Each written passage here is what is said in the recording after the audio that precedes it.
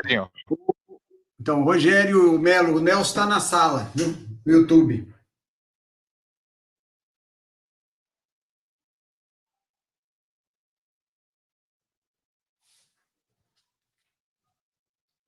Boa noite, pessoal. Professor Cristiano Parente aqui. A gente está aqui para mais um dia da nossa maratona do VivaF. VivaF 2020, um evento com 30 dias, mais de 60 palestras, os grandes nomes da profissão aqui, entregando de coração o todo de maneira gratuita para todo mundo. Super importante a gente estar aqui reunido e falar sobre isso. A gente tem gente do Brasil inteiro, de praticamente todos os estados estão aqui participando com palestrantes, para a gente mostrar que a educação física está unida e todo mundo que está participando está fazendo de coração. Ninguém está ganhando nada, é um evento onde todo mundo faz por prazer, uma associação da WTTC com o CREF 4 de São Paulo, um evento que começou em 2017 e que agora já está tomando o Brasil inteiro. A gente já fez nos outros estados, inclusive, mas agora esse ano a gente resolveu fazer de maneira online, integrando todo mundo. O evento já está com mais de 4.300 pessoas inscritas, 4.300. É o maior evento até hoje que a gente já fez de maneira online, então é um alcance muito legal. E hoje a gente tem nomes brilhantes da educação física aqui, que dão orgulho para a gente de ter eles como palestrantes. E você que está assistindo aqui, fica ligado, pega o link do YouTube aí, manda para a tua lista de amigos de educação física, faz a galera entrar aqui para assistir, porque é importante a educação física estar se qualificando. A gente tem um novo desafio daqui para frente no mercado, que é mostrar que nós somos mais profissionais do que a gente já foi sempre, para a gente ganhar a confiança da sociedade, e a gente só vai conseguir isso quando a gente estiver estudando muito, se qualificando, aprendendo com os profissionais que são mais experientes. E já para começar, chamando o nosso comandante de todas as noites aqui, professor Pedro Souza, Pedrinho, vice-presidente do Conselho Regional de Educação Física de São Paulo. Pedrinho, boa noite, tudo bem? Boa noite, Cris. Boa noite, amigos aí da Melo, da preparação física de longo tempo, Adilson, da nova geração aí dos profissionais de educação física, Rogério, nosso amigo, torcedor do Bahia, né, Rogério? Presidente do CREF da Bahia, que é um dos CREFs parceiro desse evento. E o Viva Educação Física, como o Cris falou, desde 2017, desse ano de uma forma online, é uma realização do CREF 4, São Paulo, junto com a WTTC, e esse ano com grandes parceiros. É o caso da Bahia, que hoje é representada aí pelo presidente do CREF, o Rogério, do Distrito Federal, lá o nosso amigo Patrick, do Pernambuco, CREF de Pernambuco com o Lúcio, de Santa Catarina com o Irineu, do Paraná, o Branco, meu amigo, meu irmão, do Rio Grande do Sul, o Edgar, e também do Panato Internacional Distrito Brasil, na qual eu sou presidente, e aí são esses parceiros que estão na organização desse evento. O evento, logicamente, tem todo o apoio da diretoria, do Nelson, nosso presidente, Nelson Leme da Silva Júnior, que está nos assistindo, está na sala aqui no YouTube, ele tem acompanhado, fez a abertura no primeiro dia, mas acompanhando todos os dias aqui pela sala do YouTube, além dos demais diretores que estão nos acompanhando aí, o Rialdo, segundo vice-presidente, o Panzetti, o Medalha, o grande Medalha do basquete, o professor Tadeu, o Mário Charro, a Margarete, o Marcelo Casati e o Antônio Lourenço. A comissão de eventos também, eu não posso deixar de agradecer a comissão de eventos do CREF 4, com a Cida Conte, com o Valdeci Lima, o Marcos Oliveira, o Vladimir, o Antônio Lourenço e o Johnny, lá de Piracicaba. A equipe de apoio do CREF, que estão aí sempre, o Samuel, o Irving e demais pessoas lá, o Everton, o Chiro, o Kleber, e uma série de pessoas que estão trabalhando para que esse evento, principalmente as pessoas que aí nesses dias estavam preocupadas com o certificado, com a questão do e-mail, que não conseguiu abrir o certificado, tudo isso a gente está sabendo também, mas a gente vai resolver tranquilamente, não se preocupe.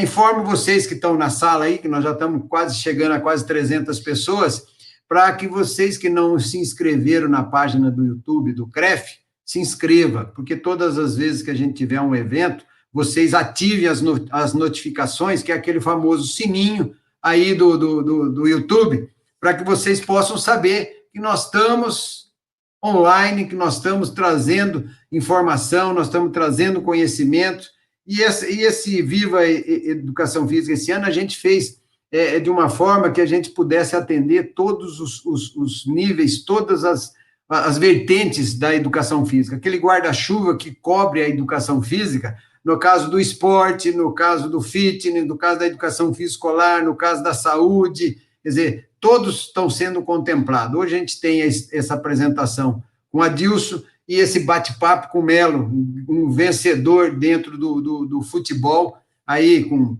mais de 40 títulos, com grandes trabalhos. A gente, logicamente, que vai ter aí muitas informações importantes. Então, para fazer essa abertura oficial, a gente convida o nosso parceiro Rogério, presidente do CREF da Bahia. Bem-vindo, Rogério. Boa noite a todos. Aqui me sinto lisonjeado pelo convite. Mais uma vez estou ao lado de grandes parceiros. Agradecer ao Cris Parente, agradecer ao CREF 4, em nome do CREF 4, o presidente Nelson Leme, que oportunizou para nós da Bahia conviver durante 30 dias com as feras do esporte, as feras da educação física. Aqui agradecer ao Adilson Reis e ao multicampeão professor Melo, que sei que está agora na concentração, nos dando esse prazer, dando um tempo da vida dele, da educação física, para abrilhantar esse evento que é fantástico.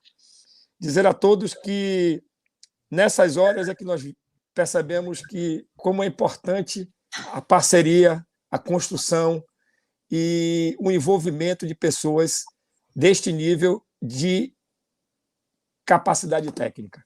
Opa, caiu aqui, a tecnologia está me derrubando. Dizer que a educação física se sente lisonjeada quando pessoas desse nível se predispõem gratuitamente, como já foi dito, a ajudar e a contribuir com os novos profissionais de educação física. Não existe conselho se não existir profissional. Nós estamos aqui porque temos 450 mil profissionais no Brasil inteiro aptos a prescrever exercício. É muito importante que se diga que a educação física evoluiu muito. E aqui eu posso dizer assim, porque eu estou diante de um monstro sagrado do esporte no campo de futebol, que é o professor Melo.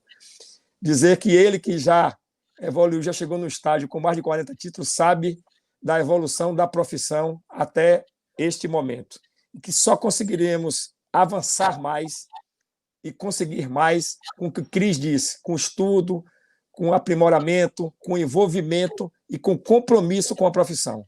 O CREF 13 está de portas abertas para ajudar e contribuir sempre com a profissão de educação física e sempre com o profissional. Este é o nosso papel, é o papel da coletividade, de pensar no outro e pensar na nossa profissão para que ela, cada dia mais, melhore e atenda melhor a sociedade. Por isso, nós temos um objetivo, nós temos um grupo, que já foi dito aqui pelo meu querido amigo Pedro, de 7 conselhos envolvidos numa mudança nacional para continuar construindo espaços para o profissional de educação física. É isso que nós lutamos todos os dias. Agradeço mais uma vez ao CREF 4, no nome do professor e presidente Nelson Leme e toda a sua equipe, a Cris Parente, pela oportunidade, a Adilson Reis e ao multicampeão Antônio Melo. Muito obrigado. Obrigado, Rogério. Bom, e já fazendo a apresentação da nossa primeira palestra, os efeitos do exercício na massa óssea muscular e adiposa. Adilson Reis, CREF 568, graduado no Mato Grosso do Sul. Ele é graduado em Educação Física pela Universidade Federal do Mato Grosso, certificado pela World Top Training Certification, que é a WTTC, nosso parceiro, pós-graduações em Lato Sensu, em Fisiologia do Exercício, em Reabilitação Cardíacas e Grupos Especiais, em Envelhecimento e Saúde, mestrado em Ciências e em Biociências pela Faculdade de Nutrição da Universidade Federal do Mato Grosso. Nutrição, Exercício e Doenças Metabólicas e é membro do Laboratório de Bioquímica, Biologia Molecular e Exercício Físico. E é Mastermind in Coaching, Mentoring and Mastering and Leadering da World Top Training Certification. Esse é o nosso palestrante. que vai nos abrilhantar aqui nessa primeira palestra. Cris? Boa noite, Adilson. Boa noite a todos. Adilson, prazer ter você aqui com a gente. De longa data a gente se conhece. E eu conheci, para quem não sabe, conheci o Adilson há 5 anos atrás, 5 ou 6 anos atrás, lá no Mato Grosso. E encontramos ali uma mina de conhecimento, uma biblioteca de conhecimento. Um cara que domina a ciência como poucos, que entende do conteúdo, que tem uma capacidade de buscar informação nessa biblioteca. É um orgulho ter você aqui e eu tenho certeza que a sua palestra vai ser incrível, como sempre foi. Eu já te assisti várias vezes, mas é legal agora ter o Brasil inteiro te assistindo. Agradeço. Obrigado, Cris, professor Pedro, pela apresentação, Rogério, né, pelas palavras iniciais, e o professor Antônio Melo também, por ele estar conseguindo pelo menos acompanhar o início aqui. Né? Depois tem os seus afazeres aí com a preleção, com os jogadores aí, né, na concentração. Compartilhar então com vocês aqui a tela. Peraí, achar aqui.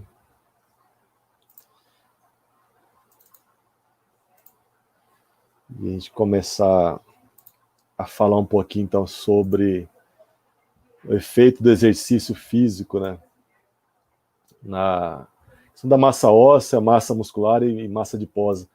Então, esse é um tema, se fôssemos pegar cada tecido desse, né, seria um tema para delongar aqui mais ou menos o mesmo tanto que a gente vai estar falando agora para esses 3 temas aí. Mas a ideia é trazer de forma sucinta, mas com embasamento científico, teórico por trás, como que a gente pode estar esperando, né, do exercício físico para esses 3 tipos de tecidos aí, o quão importante é, especialmente nessa questão de pandemia, agora caminhando para uma pós-pandemia, a importância de entendermos o exercício não só como uma questão estética, como por muito tempo ficou relegado, e até por conta disso, né, não houve entendimento por parte de algumas autoridades públicas, e achando que o exercício físico ele era para fim estético e não de saúde, e ficamos cerceados de trabalhar por um bom período aí.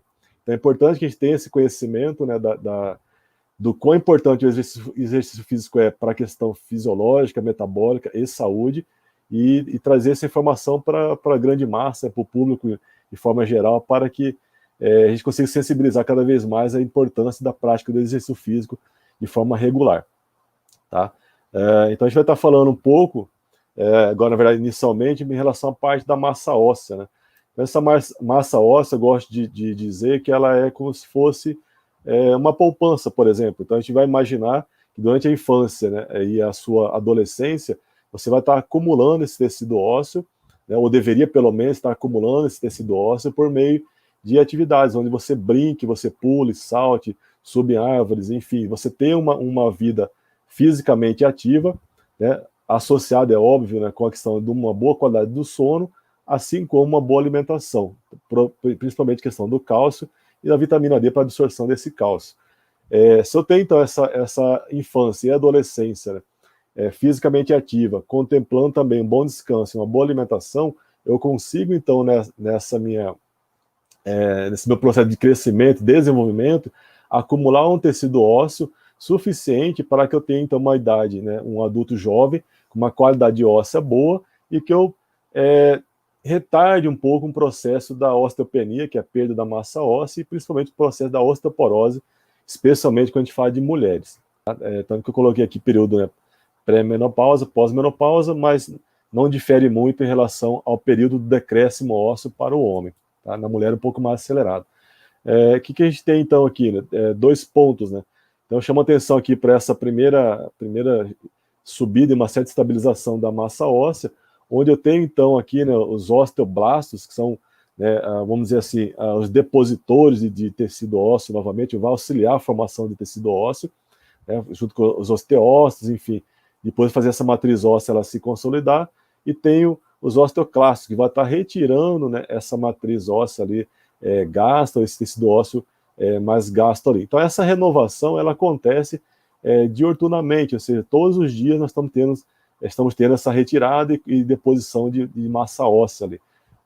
Nesse primeiro ponto aqui, essa retirada com essa deposição de tecido ósseo novamente, ele acontece de uma maneira onde eu tenho maior deposição do que retirada. Então, tem certo equilíbrio, uma manutenção dessa massa óssea. Num outro momento aqui, eu vou ter entre os 30 e 40 anos de idade, então eu já começo a ter um equilíbrio entre osteoblastos e osteoclastos. E aí, quando chega nesse outro período, entre os 40 e 50 anos de idade, especialmente no caso das mulheres, eu começo a ter uma maior prevalência de osteoclasto e menor prevalência de osteoblasto.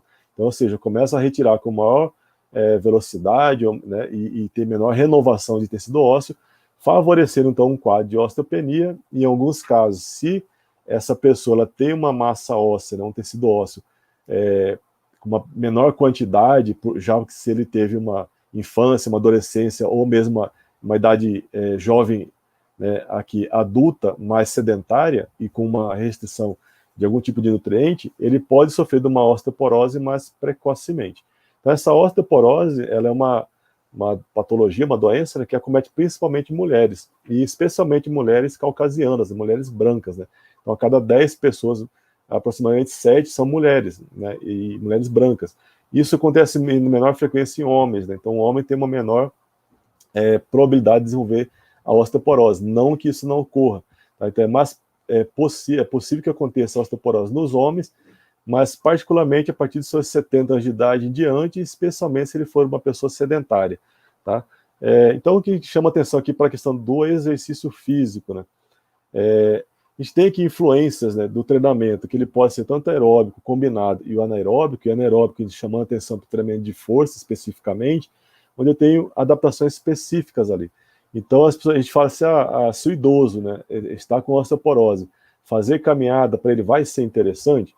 Vai ser interessante se ele for uma pessoa sedentária, está começando, né, a praticar algum tipo de exercício físico, é uma possibilidade.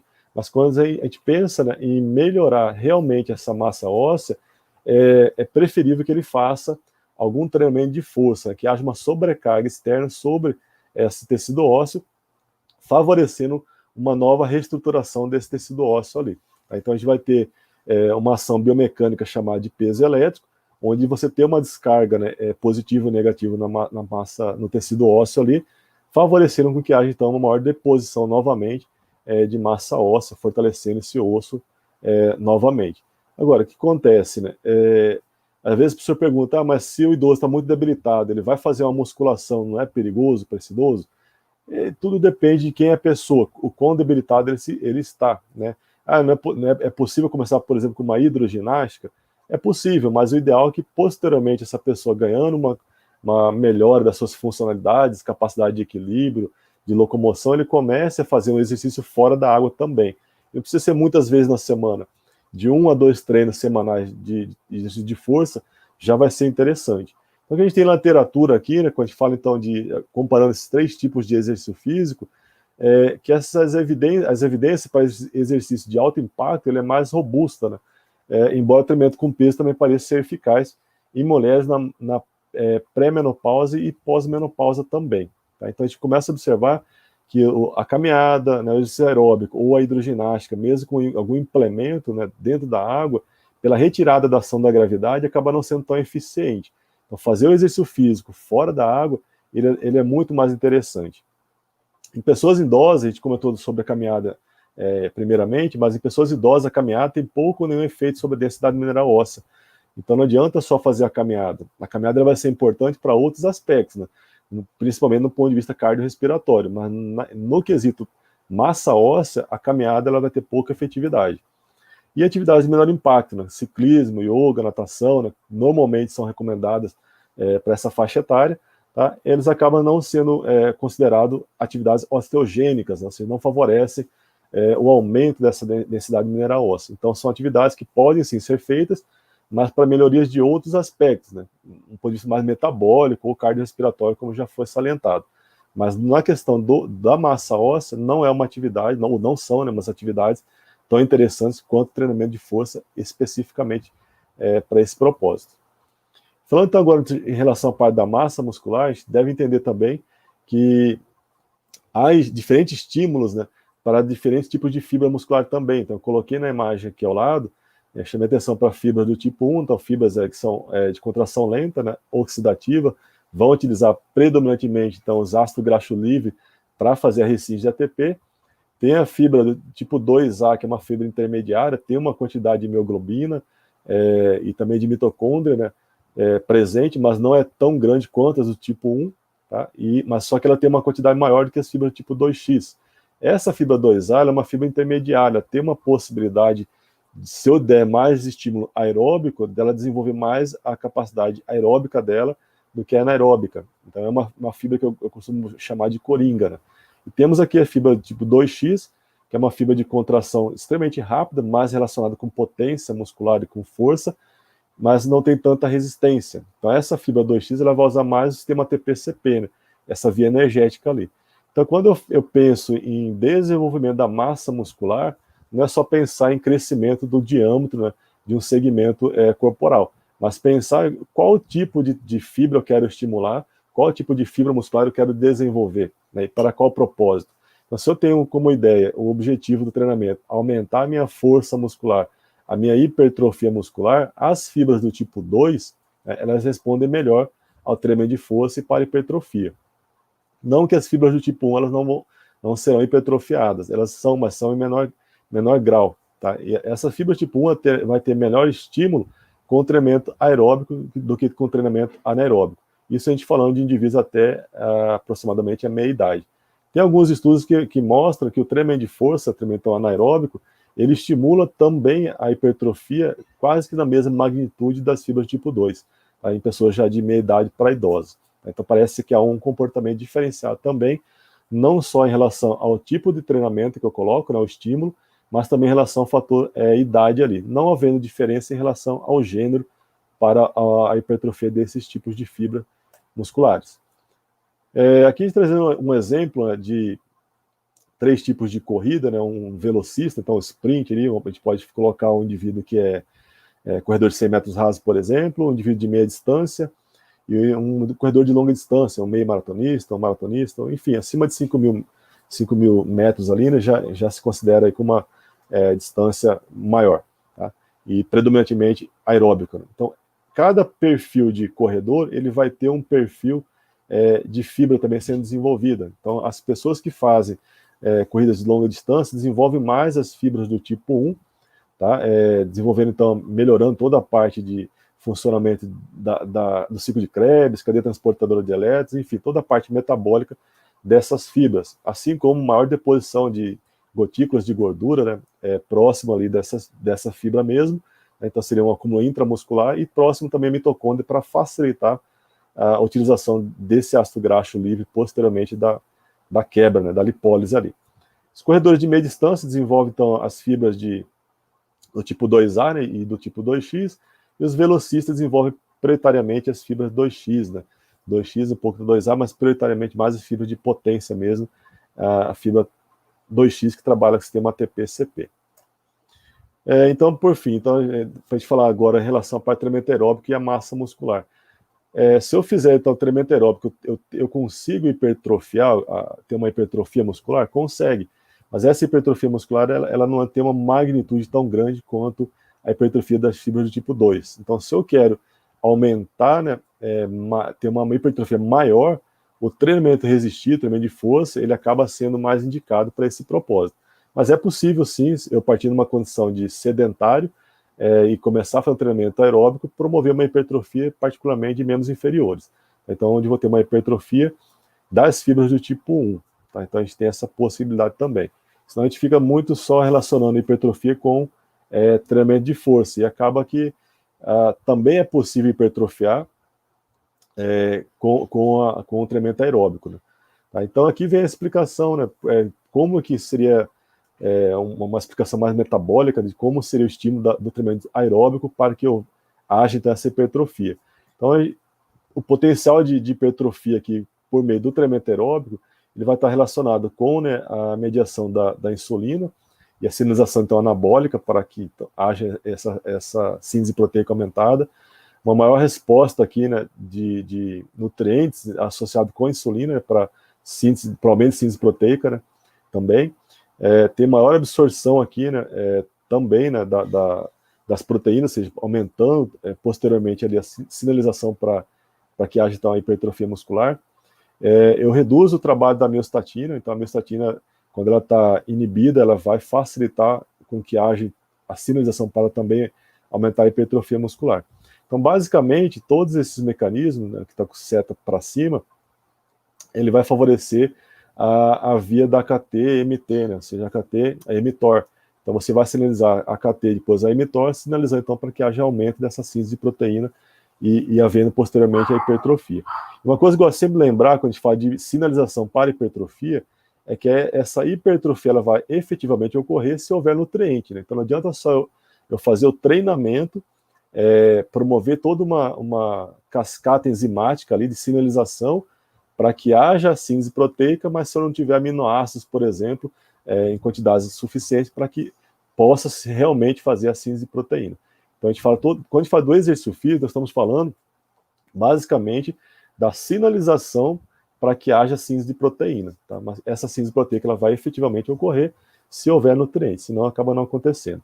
E outro fator importante que a gente observa com o treinamento, e não só treinamento aeróbico, mas também com o treinamento aeróbico, é que eu inibo, né, uma via da proteólise. Então eu vou estimular, por um lado, uma via para aumentar a síntese proteica, e ao mesmo tempo vou estar inibindo uma via de proteólise, né? Ou pela ubiquitina proteasoma, ou mesmo uma proteólise lisossomal. Então a gente tem essa possibilidade de estar inibindo uma via de proteólise, de degradação de proteína, e aumentando uma outra via que vai sinalizar para que haja aumento da síntese proteica.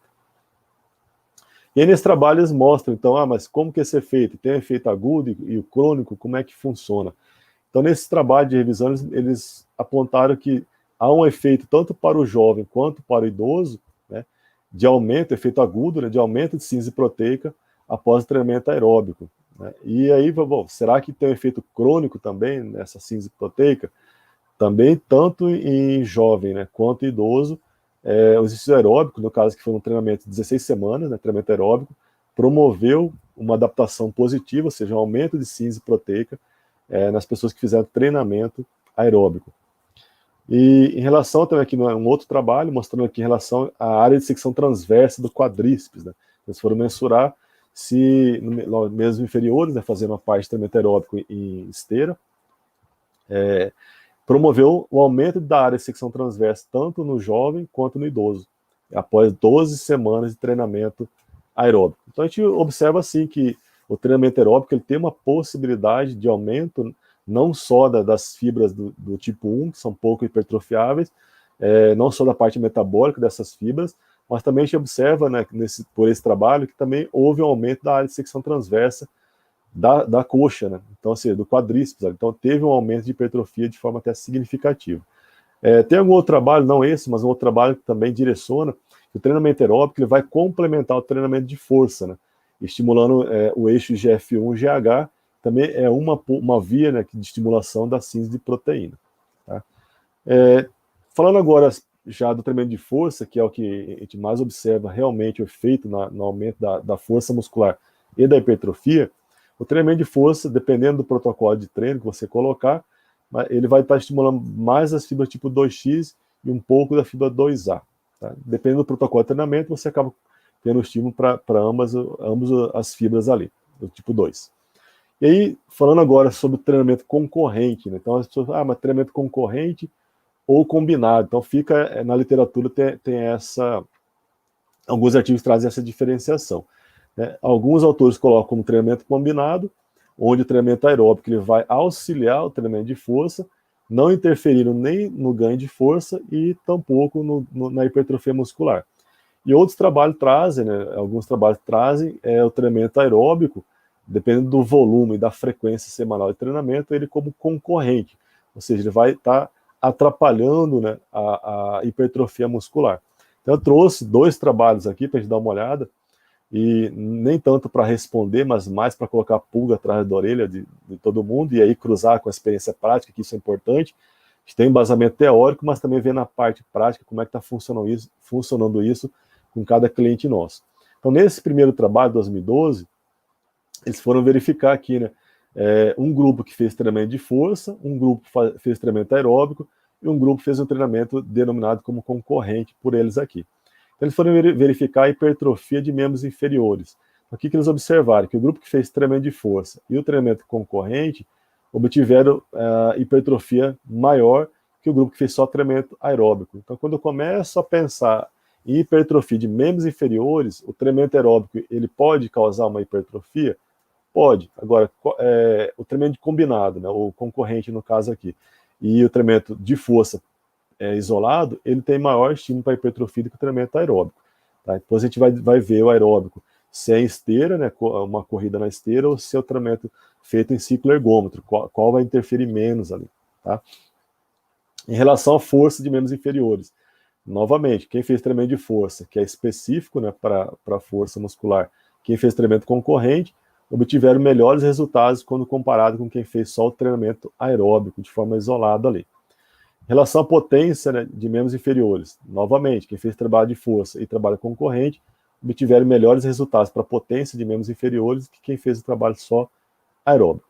Aí, em relação ao VO2 máximo, quem fez o treinamento aeróbico e o treinamento concorrente obtiveram melhor resultado para VO2 máximo do que quem fez o treinamento de força ali, que até piorou um pouco o VO2 máximo ali após um período de treinamento. Em relação ao percentual de gordura, né, gordura corporal, o treinamento de força promoveu a redução de gordura corporal, o treinamento aeróbico promoveu a redução de gordura corporal. E olha aqui que legal, né? O treinamento combinado, né, o concorrente, dependendo de qual é o protocolo ali, ele promove uma redução maior de gordura corporal. Então já fica a dica aí, quem tem interesse em trabalhar com emagrecimento, o treinamento combinado, né, ou concorrente, essa terminologia depois a gente pode discutir num outro momento, promove resultado mais interessante para perda de gordura corporal do que fazer só o treinamento de força ou só aeróbico. Muito embora eu sou da opinião de que qualquer tipo de exercício físico que você fizer com uma restrição calórica, o emagrecimento ele vai acontecer. Aqui eles foram verificar, bom, então já identificou que o treinamento concorrente ele tem benefício, né, para aumentar a força mais do que o aeróbico isolado, para aumentar a hipertrofia mais do que o aeróbico isolado, e para potência também mais do que o aeróbico isolado. Aí eles foram investigar aqui. Bom, então vamos analisar quem fez treinamento concorrente fazendo a corrida, né? E quem fez treinamento concorrente fazendo a bike. Qual será que tinha maior ou pior benefício ali? Tá? E o terceiro grupo, quem fez treinamento só de força. O que eles verificaram aqui, né? Para hipertrofia de membros inferiores, tá? Quem fez só o treinamento de força hipertrofiou mais. Quem fez o trabalho força mais bike, né, o ciclo ergômetro, teve uma hipertrofia maior do que quem fez treinamento de força com a esteira. Então, aparentemente, né, o treinamento aeróbico na esteira, ele acaba sendo concorrente, né, ou seja, piora a hipertrofia, se comparado com o treinamento de força isolado, isso para membros inferiores, ou se comparado ao treinamento de força associado com o treino na bike. Em relação à força muscular de membros inferiores, quem fez treinamento de força aumentou mais a força, quem fez treinamento concorrente, né, de bike teve uma pequena vantagem sobre a parte de corrida na esteira, né, ou corrida na rua mesmo. Tá? Quem fez aqui o trabalho de força também manteve a potência maior, quem fez o trabalho de força mais a bike teve uma potência um pouco maior que quem fez esteira com o treinamento de força. Tá? Em relação ao VO2 máximo, ambos, né, treinamento concorrentes, ou seja, treinamento de força mais o aeróbico, seja de bike ou de esteira, promoveram um aumento do VO2 máximo. Então aqui a esteira levou uma certa vantagem, não em relação à bike, mas em relação à força isoladamente. Tá? A esteira aumentou um pouco mais do que a bike, a gente pode especular aqui, numa especulação, de que como você movimenta maior quantidade de segmento corporal e maior quantidade de massa muscular, possivelmente você também estimula ali um melhor desempenho em relação ao VO2 máximo. Comparado aqui, né, percentual de gordura, redução, quem fez na esteira acabou reduzindo mais percentual de gordura e ficou igual, né, fazer treinamento de força com bike, treinamento de força isolado, não tiver tanta diferença lá em relação à redução da gordura corporal. Bom, então vamos analisar aqui dias por semana, que seria a frequência de treinamento aeróbico, né? Depois eu vou trazer um outro trabalho que vai ser meio conflitante, mas vamos finalizar com esse aqui. Para hipertrofia, força e potência. Então vamos dar uma analisada quantos dias da semana poderia estar interferindo. Então aqui eles verificaram aqui, né, que a hipertrofia, quanto mais treinos eu faço na semana, treinamento aeróbico, a hipertrofia ela vai sendo menor, vai sendo mais prejudicada. Tá? Aparentemente que a gente não vai ver diferença de 2, né, a 4 dias na semana de treinamento aeróbico, que dá uma certa estabilizada ali, e 5 treinos na semana aeróbico já é bem pior que se eu fizer só um treinamento aeróbico na semana. Tá? Então a gente observa lá que 5 vezes na semana acaba sendo uma alta frequência e, consequentemente, volume de treinamento. Se a gente for seguir um protocolo de treino de 40, 50 minutos, 1 hora por sessão, você acaba tendo aí uma quantidade muito alta que vai interferir, que vai concorrer, né, com a hipertrofia de membros inferiores. Então, se a gente for analisar aqui em termos de hipertrofia muscular, quando chega um cliente lá, eu quero ter, o objetivo meu é hipertrofia, por exemplo. Então, eu vou colocar o treinamento para esse indivíduo, 2, no máximo 3 treinos na semana de treinamento aeróbico, tá? Para que não tenha essa concorrência lá para o time da hipertrofia. Comparando, então, o treinamento aeróbico esteira e bike, a gente observou que o treinamento aeróbico na bike parece que estimula mais a hipertrofia, né? Contribui mais do que o treinamento na esteira. Então, aí são algumas dicas que a gente pode estar colocando na parte prática e está trazendo já um direcionamento, né, de uma aplicação prática, na verdade, dessas informações para o nosso dia a dia de treinador. Em relação ao tempo, né, qual o tempo que eu posso colocar de exercício físico aeróbico lá? Em relação à parte de hipertrofia, a gente vai observar novamente. Tá? Quanto maior é o tempo, né, por sessão de treinamento, pior vai sendo ali o estímulo para a hipertrofia muscular. A gente observa lá que treinamento de 50 a 1 hora, ele apresenta um prejuízo para a hipertrofia bem maior que se eu treinar entre 20 a 30 minutos. Tá? Então, novamente, chega um cliente, ele quer hipertrofia muscular, mas eu também quero favorecer com que ele faça aumento de mitocôndria, que a gente vai falar na sequência, né? Que ele tenha também a parte cardiorrespiratória sendo trabalhada. Eu quero complementar com treinamento aeróbico, mas só que ele tem dificuldade de hipertrofiar. Então, o que eu faço? 2 ou 3 treinos na semana, aeróbico, com uma duração de 20 a no máximo 30 minutos. A gente observou aqui por esse trabalho que 20 a 30 minutos interfere menos na hipertrofia de membros inferiores do que treinamento com 50 minutos a 1 hora. Tá? Então, aí já mais uns dados aí para aplicação prática. Bom, aí que eu falei que trouxe um trabalho mais recente, 2016, vieram analisando, trabalho de revisão também, né? Falaram, bom, vamos analisar como é que está aí o estado da arte em relação à hipertrofia, comparando o treinamento combinado, né, ou concorrente, treinamento de força, treinamento aeróbico, sobre a parte de hipertrofia. E aí eles trouxeram aqui, né, coloca aqui close succession, não sei, seria o treinamento de força e aeróbico na mesma sessão de treinamento, ou logo na sequência, né, um após o outro, fazer o treinamento. E pro lado de cá eles fizeram um treinamento, né, aeróbico, tá? Mas depois o treinamento de força feito com um período maior ali. Então, ou seja, mais ou menos 6 horas de diferença de uma sessão de treino aeróbico para um treinamento de força. Então, vamos falar primeiro dessa primeira parte. Eu peguei 3 estudos de cada lado aqui, né? Para cá só tinha 3 mesmo, aqui com 4 estudos, mas eu selecionei 3 aqui. Nesse primeiro trabalho, né, o trabalho aqui de Seile e colaboradores ali, eles fizeram o treinamento de força e o treinamento aeróbico logo na sequência. Tá? Então, assim, não teve descanso, então 0 minutos de intervalo. Terminou, já foi para outro ali. Tá? Então, o que eles observaram lá em relação à parte da hipertrofia, né, do quadríceps, que não teve muita diferença. Então, você vê que o treinamento só de força, o treinamento combinado, né, aeróbico e força, promoveram o aumento da hipertrofia para o quadríceps. Tá? Então, teve aumento de hipertrofia do quadríceps fazendo treinamento só de força ou treinamento de força mais aeróbico. Aqui eles pegaram um outro trabalho, o trabalho de Souza, né, e colaboradores. Então, nesse primeiro trabalho aqui, foram de 11 semanas, nesse segundo trabalho, de 8 semanas de treinamento. Então, aqui a gente observou também que já teve um aumento de hipertrofia para o quadríceps, só para o treinamento de força, aqui em branco. Também houve aumento de hipertrofia para o quadríceps no grupo que fez aeróbico e força. Aqui eles davam 5 minutos de intervalo de um treino para o outro. No outro trabalho, o trabalho do McCarthy, esse gráfico aqui, esse do meio, ele já mostrou também que, dando um intervalo de 10 a 20 minutos do treinamento de força para o treinamento aeróbico, né, o combinado, também causa efeito na hipertrofia, um efeito positivo para a hipertrofia do quadríceps. Em branco, novamente, né, houve a hipertrofia quando fez só o treinamento de força, e quando fez treinamento de força combinado com o treinamento aeróbico, também promoveu o aumento da hipertrofia muscular. E aí que eu trouxe para chamar de detalhe, porque se for analisar aqui esse primeiro trabalho, ele trabalhou com 3 minutos, né, de séries de 3 minutos na bike, né, com 90% a 100% da capacidade aeróbica máxima.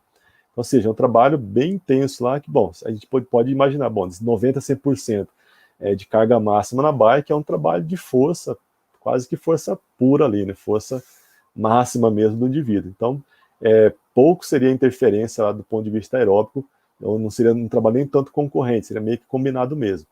Legal. Aí esse outro trabalho, eles fizeram aqui com sprint, né, ou seja, 20 tiros, né, com 1 minuto, né, de alta intensidade de sprint ali, 2 vezes por semana. Aí eu falei, bom, ainda continua, né, o sprint continua estimulando ainda as fibras do tipo 2, né, então, ou seja, a hipertrofia é mais pronunciada também.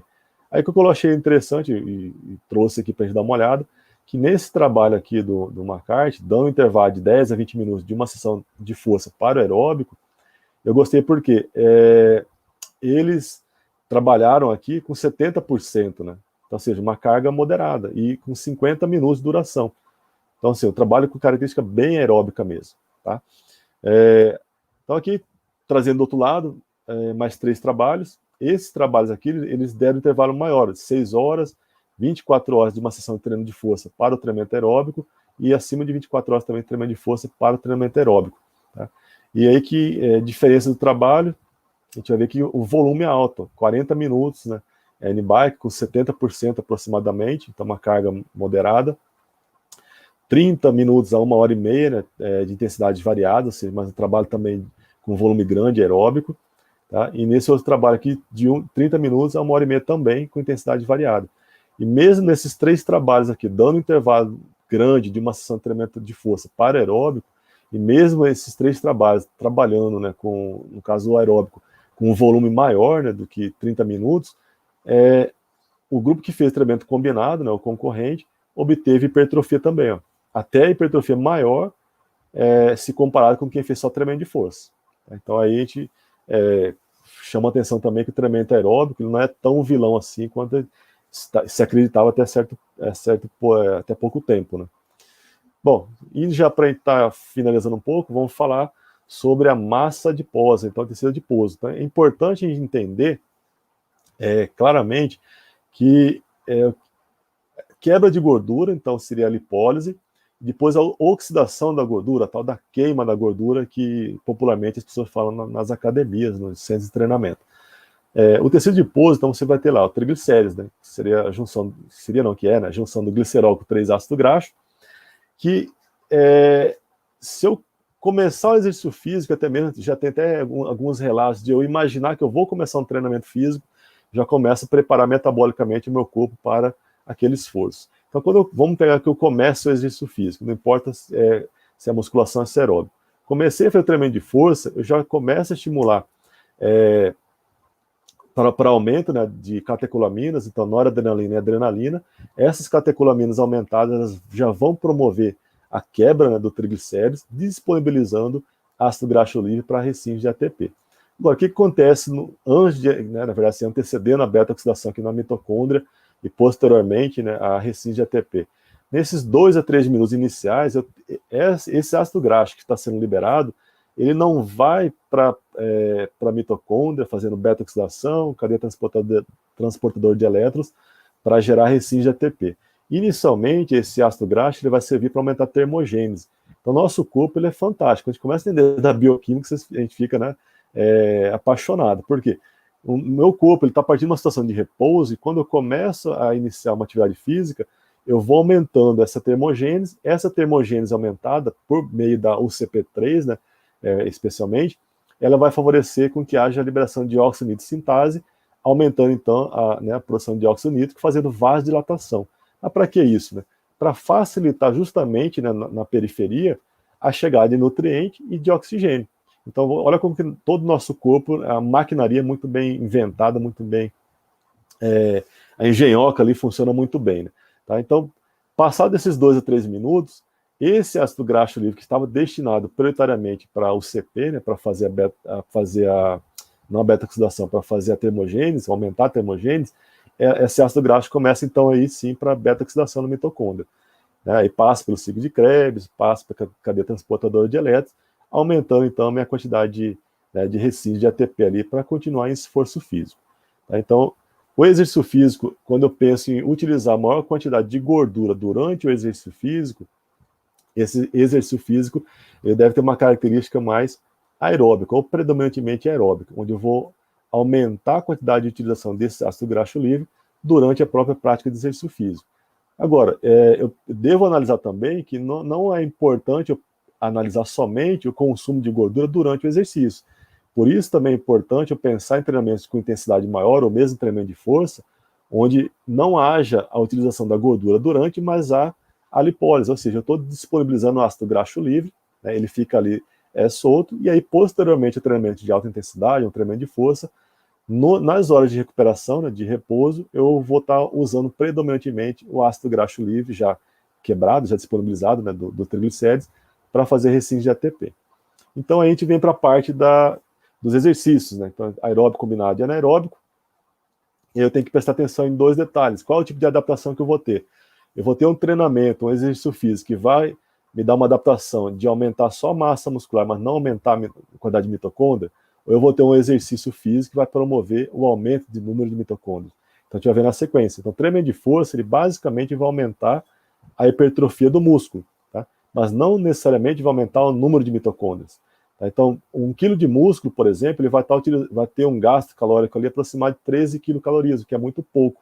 Tá? Então, eu não vou ter um consumo tão elevado de gordura aumentando 1 kg de músculo. Todo mundo que já fez musculação alguma vez na vida sabe que aumentar 1 kg de massa muscular é extremamente difícil, extremamente, vamos dizer, árduo, né? O trabalho ele é puxado, você não consegue aumentar 1 kg de músculo tão facilmente. Demanda tempo, né? Isso é óbvio, e também demanda um treinamento com uma carga considerável para esse propósito. Agora, quando eu tenho um treinamento aeróbico sendo colocado, eu favoreço, né, a maior quantidade, assim, a maior formação ali, o estímulo, né, para que haja, então, esse aumento da biogênese mitocondrial. Então, aumentando ali a quantidade de mitocôndrias, eu vou aumentar a minha capacidade de oxidação de gordura. Opa, passou rápido demais o último slide aí. Deixa eu voltar aí, deu algum... Aqui. Então, quando eu aumento a minha quantidade de mitocôndria, que a gente pode colocar como se fosse uma nossa indústria termogênica, vamos dizer assim, eu aumento a minha capacidade de oxidação de gordura. Então, se eu consigo fazer um treinamento aeróbico associado ao treinamento de força, a gente tem duas variáveis extremamente importantes, não só por uma questão estética, que é perder a gordura corporal, mas principalmente dois marcadores fortes ali de longevidade. Por que eu falo isso? Um tempo atrás, o VO2 máximo era tido como principal marcador de longevidade para as pessoas. Então a gente sabe que hoje em dia a força muscular é importante, nem tanto a hipertrofia, mas a manutenção da força muscular ao longo da vida, ele é um grande marcador, um forte marcador de longevidade. Então, se eu posso associar força muscular como uma base do nosso treinamento, seja para saúde, seja para uma questão estética, mais treinamento aeróbico, eu consigo ter, então, um treinamento que ele é mais efetivo para esses propósitos, tanto de saúde quanto para fim estético. Então, é isso. Está aí meus contatos, meu e-mail, o WhatsApp lá que o pessoal tiver interesse, e meu Instagram está aqui. Não vai ser possível responder as perguntas por agora, mas se quiserem mandar no meu Instagram lá, né, no direct, estou à disposição, ou pelo próprio e-mail, ou também no WhatsApp. Obrigado, pessoal. Show de bola, Dilson. Cara, é sempre um prazer escutar você. A gente teve uma tonelada de comentários bacanas. A tua didática ela é fantástica. Você faz aquele conteúdo que muitas vezes a gente escutou na faculdade de maneira super complexa, difícil de entender, fica fácil, compreensível. É incrível ouvir você. E eu vou falar para todo mundo que estiver ligado aqui, fica ligado até o final, que depois a gente tem uma surpresa com a Adilson aqui. Fiquem conectados, tá bom? Obrigado, Adilson. Fica aí por enquanto, Pedro. Vamos assistir o Melo agora. Vamos lá.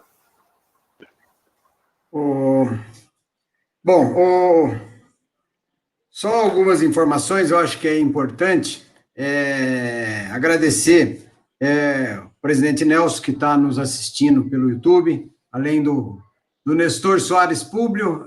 Públio, conseguiu entrar com dificuldade, mas conseguiu entrar, né, Públio? O link é o mesmo do YouTube. Agora você vai... você vai ficar campeão já nas redes sociais, viu, Públio? Prazer em tê-lo na nossa sala. Nilo Prata, que é o vô do Salomão, que nasceu esse final de semana, o Evandro Murer, que é delegado também lá do CREF, o que é o presidente de Santa Catarina, um abraço também ao João Guilherme, que é do Pânico lá de Jaú, Simiele, que é delegado também do CREF, todo esse pessoal. Olha, nós estamos aí com 14 estados nos assistindo, Paraná, Bahia, Espírito Santo, Goiânia, Minas Gerais, Mato Grosso do Sul, Rio de Janeiro, Distrito Federal, Mato Grosso, Piauí, Pernambuco, Goiás, Sergipe e Santa Catarina. E uma coisa legal, viu, Cris, que eu vi aqui, que o Manuel Schindler, da CESUFOS, de Foz do Iguaçu, falou, nós estamos aqui, alunos e professores presentes, assistindo aqui essas palestras do Viva Educação Física. É isso mesmo, vamos convidar professores, vamos trazer todos os alunos aí para assistir essas palestras, muito, muito legal, muito importante. O Rodolfo, viu, que solicitou, falou, precisava disponibilizar esse material. Então, aí o Adilson deixou o e-mail dele, se ele não tiver, ele vai mandar um e-mail aqui no WhatsApp, a gente coloca no chat, e aí vocês mandam um e-mail para ele, para ele disponibilizar o que ele pode disponibilizar de material para vocês.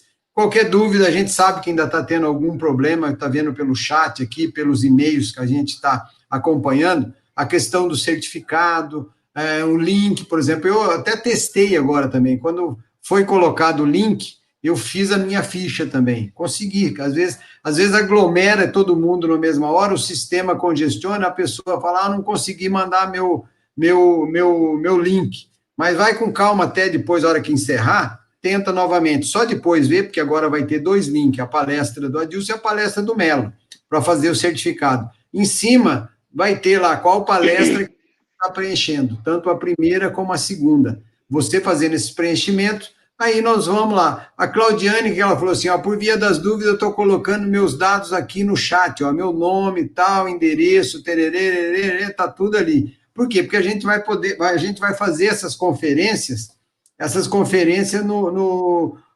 quando está com algum problema, o pessoal de apoio do CREF vai resolver essa situação. Tenho certeza que a turma aí, tanto o Samuel como o Irving, a Vivian, que estão acompanhando também, eles vão verificar todos esses detalhes para a gente poder resolver a situação de todo mundo. Algumas pessoas falaram, não consegui preencher meu link na primeira palestra do Cris, mas eu no YouTube, a gente vai fazer a conferência, se você assistiu e colocou o nome no chat, se você não conseguiu preencher o link, nós vamos lá no chat e vamos buscar o nome. Quem está participando? Fulano está participando e ele não conseguiu preencher? Está confirmado aqui, a gente manda o certificado para vocês. Tá bom, gente? Esclarecendo, agradecendo aí o Adilson, nós vamos agora para a nossa segunda palestra de hoje. É um bate-papo. Deixa só um recadinho aqui para o pessoal. Um monte de gente aqui no chat pedindo os contatos do Adilson. No final a gente coloca de novo na tela para você, porque muita gente está pedindo, e depois as informações sobre o curso dele também vou colocar no final. Fica aí até o final. Agora é uma palestra, agora a gente tem um mito da educação física, o Melo aqui com a gente, com essa camisa que eu não sou muito fã, mas eu admiro. Mas obrigado, Melo, por estar aqui com a gente, e no final a gente coloca as informações para vocês. Muito obrigado. Uniformizado, né? Muito obrigado. Agora eu estou devidamente uniformizado, porque até então eu tinha chegado aqui na concentração depois do treino, mas eu tive que pôr o uniforme para começar o trabalho, final de trabalho essa noite. Melo, deixa eu só fazer aqui para deixar até registrado no nosso como documentário que a gente está fazendo através desse grande conteúdo que são essas palestras aí durante 30 dias. E agora o nosso é Antônio Carlos da Silva Melo, CREF, 8.279, graduado, São Paulo. Como professor de educação física em colégio estadual e municipal. E depois foi para o Campo Grande, que é a equipe, né? Mas é formado em educação física pela Universidade Federal do Rio de Janeiro, em 1974, fez alguns cursos de especialização, como treinamento esportivo internacional e treinamento internacional de atletismo, ambos em 1975, e pós-graduado em técnico desportivo. Em sua gloriosa carreira, você vê, no futebol, conquistando aí 42 títulos em 45 anos de profissão. Isso é muito nos orgulha, é um profissional de educação física que, nesse período aí, quer dizer, praticamente quase um título por ano.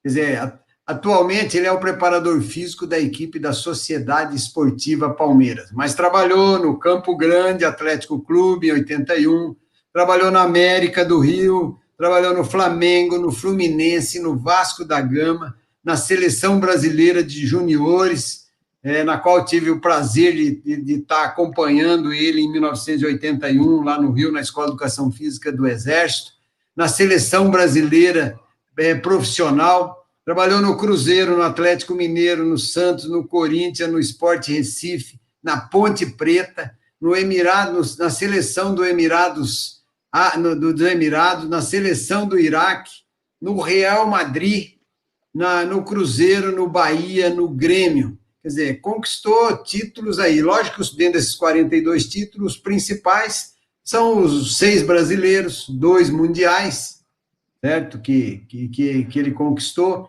Uma Libertadores, uma Copa do Brasil, 3 Carioca, Mineiros e vários outros títulos internacionais. Então, esse até para a gente ver como que é esse profissional que vai estar aqui junto com a gente. Então, Melo, iniciando aí, como se falou, é importante você, para as pessoas que, dentro do tema que a gente falar, da importância de um preparador físico, eu acho que tem muita gente que está assistindo e fala, pô, mas eu queria ser igual o Melo, trabalhar nesses grandes times, será que eu vou conseguir? E aí a gente vê pelo teu currículo que você não começou no Palmeiras, no Corinthians, no Flamengo. Então, eu acho que é importante você colocar assim o seu início na educação física e na preparação física. Olá, pessoal, boa noite. Primeiro, parabenizar o Adilson, porque ele simplificou de uma forma tão bonita e o simples passou a ser sofisticado, porque ele fala de coisas tão importantes no treinamento esportivo que são coisas que fazem a base de um atleta para que ele possa produzir em alto nível, em alto rendimento. Parabéns, Adilson. Você fala com muita simplicidade e com muita propriedade. E dizer também, cara, que o teu preparo, o preparo da gente, ele nunca é suficiente. Porque o que eu sei até hoje, de repente, para o próximo objetivo, não vai servir. Eu vou ter que saber um pouquinho mais. E a vida, ela reúne todos esses conhecimentos que a gente adquiriu no nosso berço, na nossa faculdade, em prol da praticidade. A vida é muito prática. Ela é fundamentalmente prática. Mas, para ser boa, tem que ter todas essas informações que você nos passou e passa para todos os nossos colegas que estão vendo, com essa segurança e com essa competência. Parabéns, cara. Teu futuro vai ser brilhante. Obrigado. E vamos falar um pouquinho da educação física, porque é minha paixão. Se eu não tivesse escolhido a educação física, eu seria alguma coisa insignificante no mundo. Ela veio por acaso e, evidentemente, que eu também entrei no futebol por acaso. Porque assim que eu me formei professor de educação física, eu abri junto com um cardiologista e um fisiologista, em 1974, um trabalho de prevenção contra doenças cardiovasculares. Era um trabalho ao ar livre, seguindo mais ou menos a filosofia do Cooper, que era a melhoria da condição cardiopulmonar, estabelecendo um grau de força para aquelas pessoas e para aquela faixa etária que treinavam comigo. Ali comecei a vislumbrar um mundo novo, porque já era o objetivo da época da Faculdade de Educação Física, que para mim foi o grande divisor de águas. Vamos dizer, os anos onde foi introduzida a fisiologia, as matérias ligadas à anatomia, psicologia, neurologia, já eram feitas na Universidade Federal, na Faculdade de Medicina. E isso já começou a dar uma qualidade ao profissional daquela época de 1970 em diante. E a educação física foi me conduzindo dessa forma, até que eu fui dar aula curricular, de educação física curricular, numa faculdade de economia e administração, e dali o diretor da faculdade me convida para ser preparador físico do Campo Grande, um clube muito pequeno, da 2ª divisão do Rio de Janeiro, e eu iniciei a minha vida ali, com algumas percepções, e tive ao meu favor, e aconselho a todos que desenvolvam, além da teoria, do conhecimento, que eu já estava pondo em prática naquela época, eu tive muita intuição, muita percepção do que poderia acontecer com o atleta, com o elemento que eu estava proporcionando o trabalho, o treinamento. E aquilo me ajudou bastante. Fui convidado para esse clube e comecei o trabalho. Com 2 anos eu dando um treino, fui observado por uma casualidade, por um diretor da CBF, e fui convidado para ser auxiliar de preparador físico na Seleção Brasileira de Juniores. Era sub-20 na época, e até hoje. E aí começa o meu caminho, as oportunidades começaram a surgir, evidentemente, eu comecei a abraçá-las, né? E durante esse período todo de desenvolvimento, de ganho, estabelecendo a diversão, que era a minha profissão, com o profissionalismo que eu comecei a entender no futebol, a razão do porquê a preparação física no futebol, porque aquilo era tão importante e qual seria o meu maior objetivo trabalhando com atletas de alto rendimento. Em 77, eu vislumbrei uma possibilidade e fui muito bem aceito pelo Laboratório de Fisiologia da Universidade Federal de levar essa seleção toda para uma avaliação fisiológica. Evidentemente que na oportunidade nós não tínhamos as avaliações que temos hoje. Então, fiz o consumo de oxigênio, que era o teste que se apresentava, percentual de gordura e o engage, com aquela filosofia, e estabelecemos ali uma conduta, um objetivo, uma diretriz baseado nessa avaliação. Eu não tenho convicção, não tenho certeza, mas eu acho que no futebol, provavelmente, foi a primeira vez que se fez alguma coisa pesquisando comportamento físico e funcional de um atleta. Aí começam as oportunidades a aparecerem mais vezes, até que culmina, depois de passar pelo América, Vasco, um convite do Carlos Alberto Parreira para eu ser auxiliar dele e preparador físico na seleção dos Emirados. Aí a minha vida muda financeiramente. Eu era um professor de educação física, com 2 matrículas no estado, alguns colégios, o programa de condicionamento de prevenção. Comecei a ver que eu tinha que caminhar para o futebol. Dali da seleção do Emirados, fui sozinho para a seleção do Iraque, num convite feito pelo filho do Saddam Hussein. Abracei, trabalhando com um treinador iraquiano, e enfrentei a vida em prol daquilo que eu mais amo na vida, que é o treinamento esportivo e a Faculdade de Educação Física, que me pôs nesse mundo tão bonito, que eu digo assim, eu faço o que amo e não tem jeito. Eu me divirto a vida toda fazendo educação física, treinamento esportivo.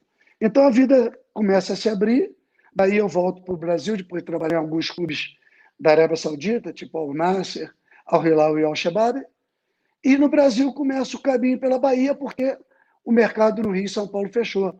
Ninguém me conhecia mais, eu fiquei 10 anos fora, e, evidentemente que eu fui buscar um poder aquisitivo melhor, um padrão de vida melhor, que era o objetivo de qualquer um de nós na juventude. E aí eu vou pela Bahia, o Bahia é campeão, vou para o Fluminense, Fluminense é campeão, gol de barriga do Renato, aquele título louco que ficou gravado acho que na mente de todo mundo. E depois eu vou para o Flamengo, o Flamengo é campeão invicto, e segue a vida. Mas esqueci de falar também que no período de seleção de júnior, nós conseguimos ganhar 2 títulos que não havíamos ganho, que foi o Campeonato Mundial de Júnior e o Campeonato Sul-Americano de Júnior na altitude. Na altitude de La Paz, a 3.600, e na altitude do México, 2.400. Então, foram 2 títulos significativos na minha vida profissional pelo desafio.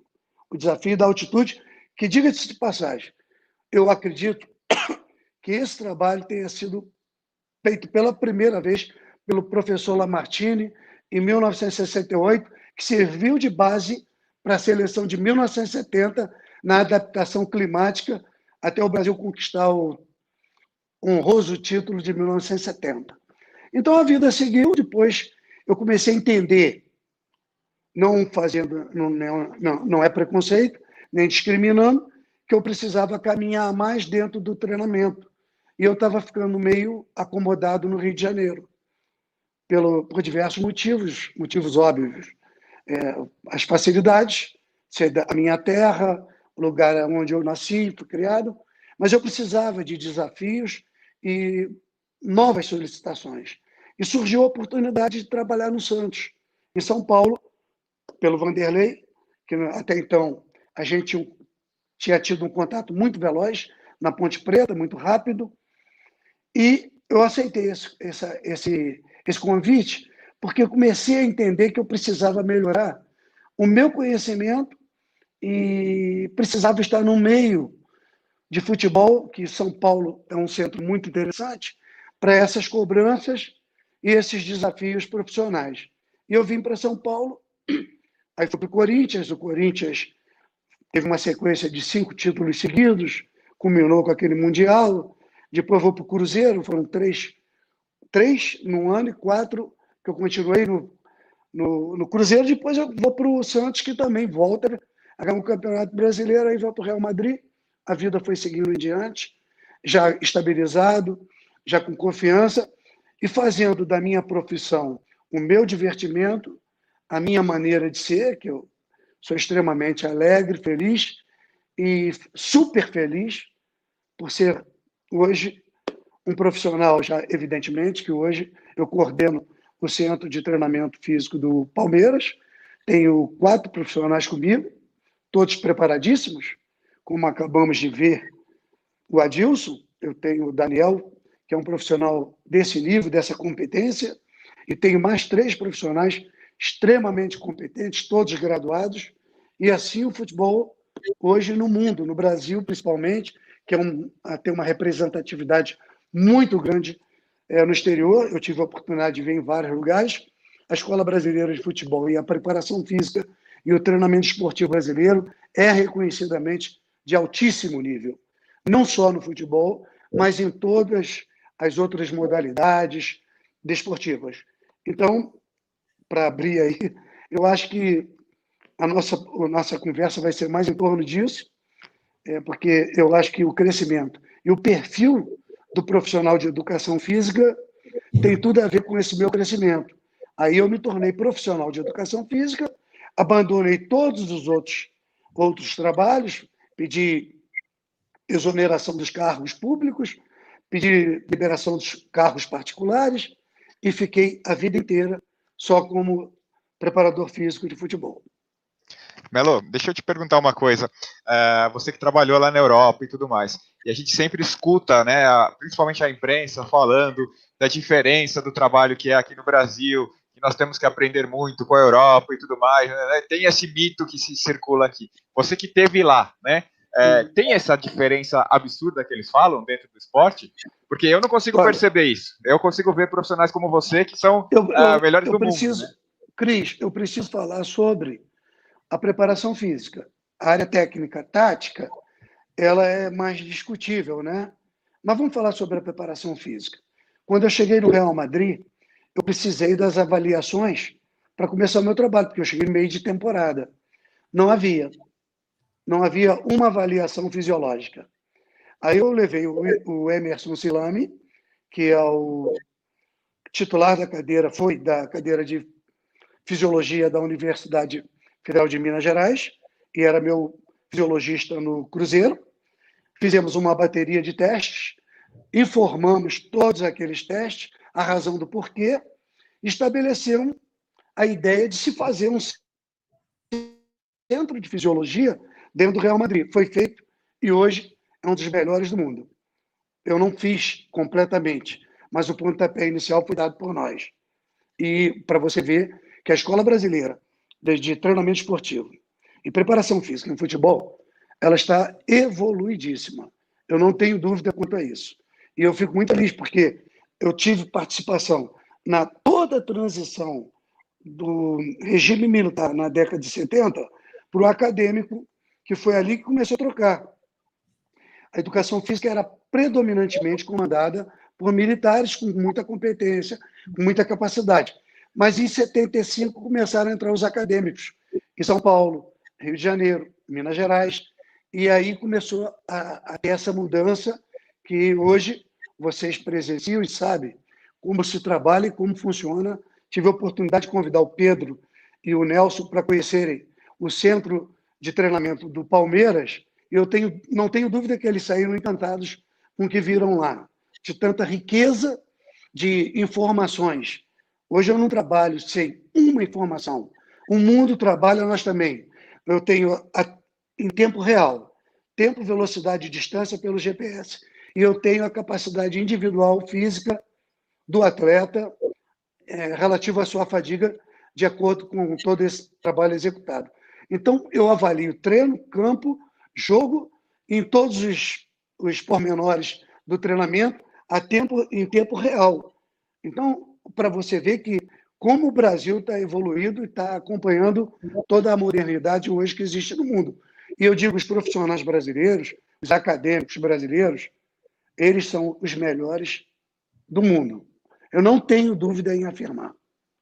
Você fala isso, Melo, você fala isso que é um discurso que eu tenho. Eu trabalho mais no fitness, na academia, no personal, e dando curso no mundo inteiro, e a minha percepção é exatamente essa. A qualidade do acadêmico da educação física brasileira, ela é infinitamente superior, né? E talvez a gente nem se enxergue assim, né? Talvez a gente tenha até uma visão, não você que já esteve lá, mas muitos que estão aqui têm uma visão que somos meio vira-latas aqui, que não sabemos fazer, mas na verdade a gente está muito, muito avançado em relação a isso. E só mais um detalhe que eu queria te perguntar, Melo, que eu falei com o Zé Roberto na segunda-feira, do vôlei. Nos últimos tempos, eu percebi aqui no esporte brasileiro, começava a haver uma preocupação um pouco maior com os aspectos emocionais para o desempenho físico, né? Não só para o desempenho de concentração, mas o treino, enfim, trabalhar o emocional do atleta realmente vai fazer essa diferença toda na hora do treino, na preparação física? Excelente afirmação. Cris, você e todos nós não somos psicólogos, eu pelo menos não sou, mas eu tenho a intuição ao meu favor. E a intuição é você perceber o dia a dia, o comportamento, analisar o porquê e a razão, para a gente poder começar a desenvolver os nossos atletas. Você sabe perfeitamente que um atleta de futebol, na sua grande maioria, vem de família pobre. Vem da periferia, vem de lugares difíceis, de até se criar uma pessoa. E eles abraçam aquele mundo por um privilégio, por uma bênção de Deus. Aqueles garotos vão jogar futebol, vão caminhar por um mundo completamente diferente da realidade do mundo, né? Nosso mundo é muito especial. E esse é o lado que a gente tem maior dificuldade. Eu vou te fazer uma analogia. Quando eu fui para o Real Madrid, nós ganhamos um jogo lá, que foi o jogo dos 6 minutos, de 1-0. Houve uma alegria muito grande no momento que fizemos o gol e entramos no vestiário, aquela confraternização. Daqui a pouco, normal, as pessoas indo embora. Depois fizemos alguns jogos, ganhamos até 7 partidas seguidas e tivemos uma derrota. Do mesmo jeito, eu vi os jogadores saindo do vestiário. Vamos lá, se nós tivéssemos traçado uma linha na horizontal para medirmos a intenção, um momento de emoção na vitória e um momento de tristeza na derrota. Eu garanto para você que no Brasil ela seria assim, muita emoção e muita tristeza. Na Europa tem um equilíbrio muito maior. Evidentemente pela cultura, pela formação, pela origem, pela educação, por tudo mais. No Brasil, um jogo, uma vitória, ela te leva ao extremo de felicidade. Como a derrota pode te levar para um poço muito grande. Isso num atleta de alto rendimento, de alta performance, você tem que ter muito cuidado. Então, quando um jogador nosso começa a galgar a fama e a gente percebe, eu vou dar um exemplo, Patrick de Paula, que veio de uma comunidade muito pobre do Rio de Janeiro, e eu morei muito perto dele, do lugar. Ele tem esse equilíbrio de emoção. Ele é feliz na vitória, como também ele encara a derrota com mais naturalidade. Esse garoto é fadado aí para a Europa pelas qualidades físicas, que ele tem como realce a força, ele tem boa resistência e uma velocidade expressiva e o talento de jogar futebol. Mas esse emocional equilibradíssimo, ele vai bater a seleção brasileira. Porque a seleção brasileira, seleção dos grandes países, os atletas têm que ter um componente emocional muito equilibrado para poder suportar toda a carga que vem, evidentemente, da cobrança de torcida, que vem da competição, do embate com o adversário, enfim, tudo mais que cerca esse mundo. Então, realmente, uma das coisas que mais interferem diretamente em muitos atletas, e grandes atletas também de clube grande, é esse equilíbrio que às vezes não existe. Há algum tempo, nós adotamos uma psicóloga no Palmeiras, na seleção brasileira, traçando perfil, acompanhando o dia a dia, que foi a Suzy Fleury, e logo depois no Palmeiras, ou no Cruzeiro, algum clube, nós tivemos um grande contato com a Brandão, rapaz, até foi muito rápido. Ela fez um trabalho muito bonito e essas pessoas tiveram e continuam tendo uma importância muito grande no treinamento esportivo, que ajudam a minimizar justamente esse problema que a gente encontra com muita frequência. Ô Melo, uma coisa que eu acho que é importante para as pessoas que estão nos assistindo é de verificar na atividade do preparador físico, dessa atividade multidisciplinar, e principalmente de como era a preparação física e como é hoje. Eu pude ver a diferença, né? Eu trabalhei com preparação física na década de 80. Aí, de repente, está o centro de treinamento do Palmeiras, e aí você vê a evolução de tudo que tem, na parte, como você colocou, de vídeo, de fisiologia, quer dizer, esse acompanhamento real. Assim, a preparação física para as pessoas que querem ser um profissional do futebol, o que você, com toda a sua experiência, orienta para esses jovens, principalmente tem muitos estudantes que estão nos assistindo? Qual o caminho que eles devem... Eu sou da área de futebol. Primeiramente, é você entender a especificidade do desporto. Futebol, sistema energético predominante é anaeróbio. Tem seus componentes aeróbio, trabalho de força permanente, principalmente força rápida, força explosiva, que a gente tem que ter uma atenção especial no condicionamento físico global. Então, eu tenho um misto de qualidades físicas em prol do desempenho do futebol. E diversos cuidados que no passado não se tinha. No passado, a calisteria, o analítico imperava no condicionamento, e o aeróbio era corrida de 9, 10 quilômetros, uma vez por semana, para você jogar 90 minutos, às vezes até na quarta ou no domingo. Então, um trabalho completamente sem informação científica. Com o ganho e essas ferramentas chegando às nossas mãos para melhor avaliar, pesquisar, informar e qualificar o trabalho, mudou muito. Então, nós hoje temos as avaliações feitas quase que diariamente. Eu tenho termografia CK no acompanhamento do desempenho físico do jogo.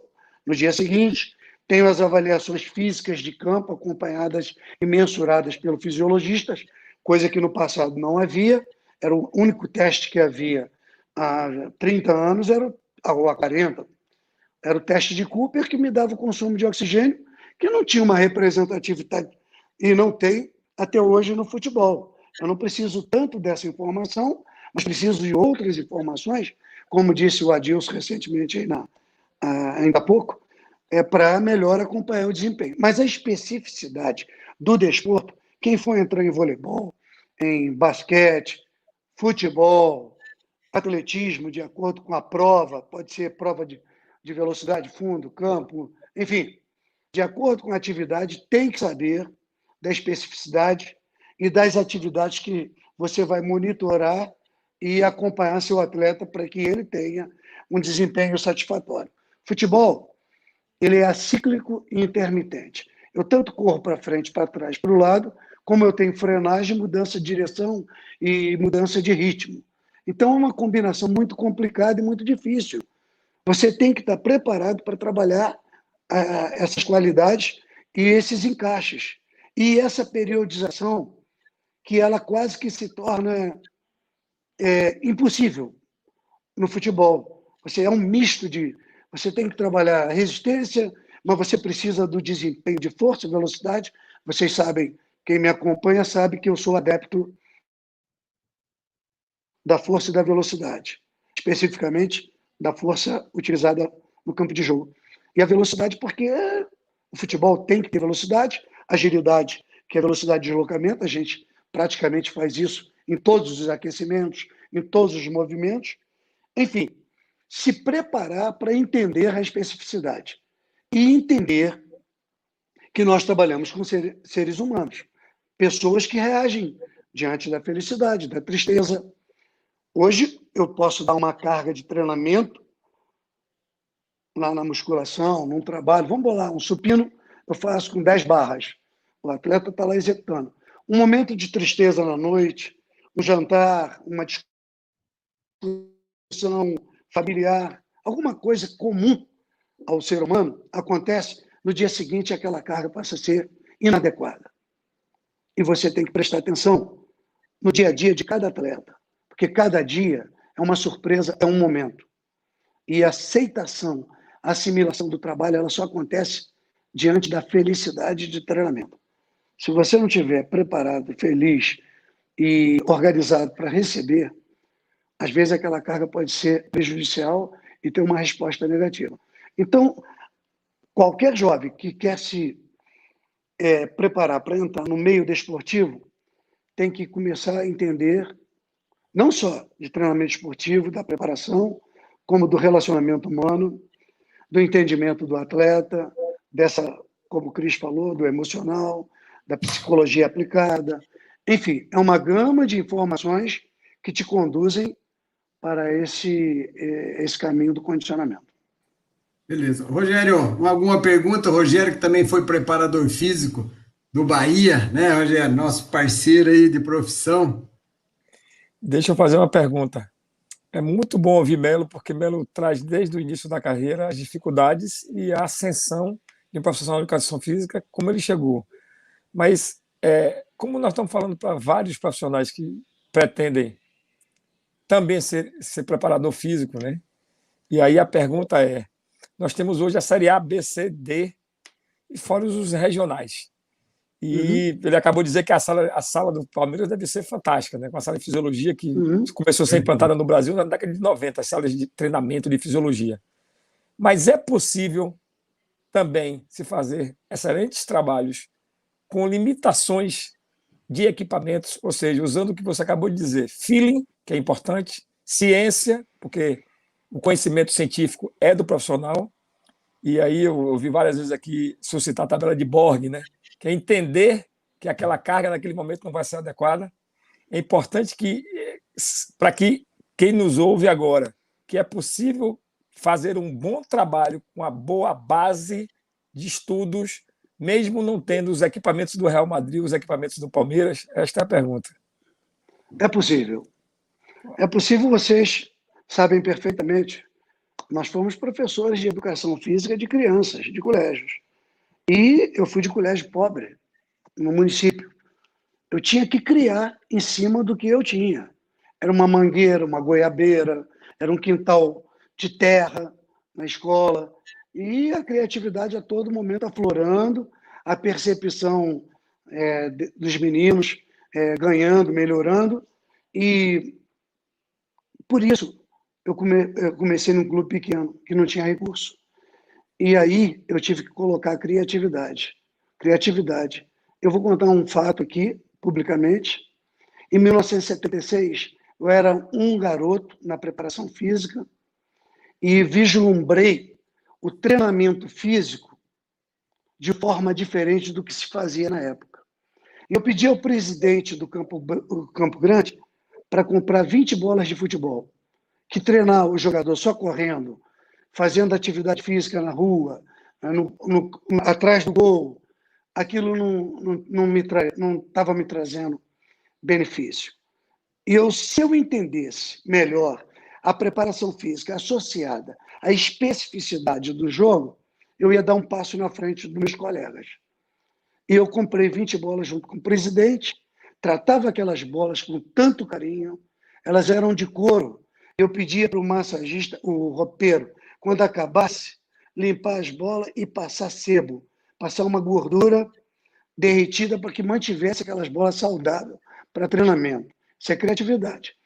E o Campo Grande evoluiu, porque o trabalho de velocidade era com bola, o trabalho de força em deslocamento era com bola, as atividades localizadas eram com bola. Antigamente, eu não chamava de funcional, mas eu já fazia muito trabalho funcional com ações de bolas.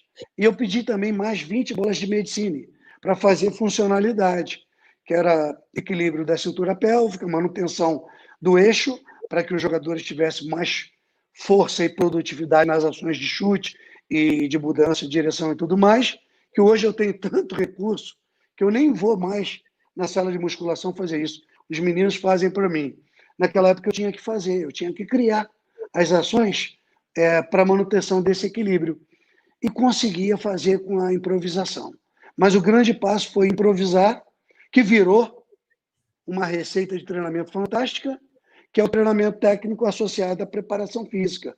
Eu encontrei na bola um motivador para o treinamento físico. E aquilo foi um ganho fantástico. Para que vocês entendam, o Campo Grande foi campeão da 2ª divisão e campeão brasileiro da 2ª divisão. E tem mais um detalhe, que eu não quero que seja polêmico agora. Eu não tinha lugar para treinar, mas eu estava a 20 minutos de uma praia.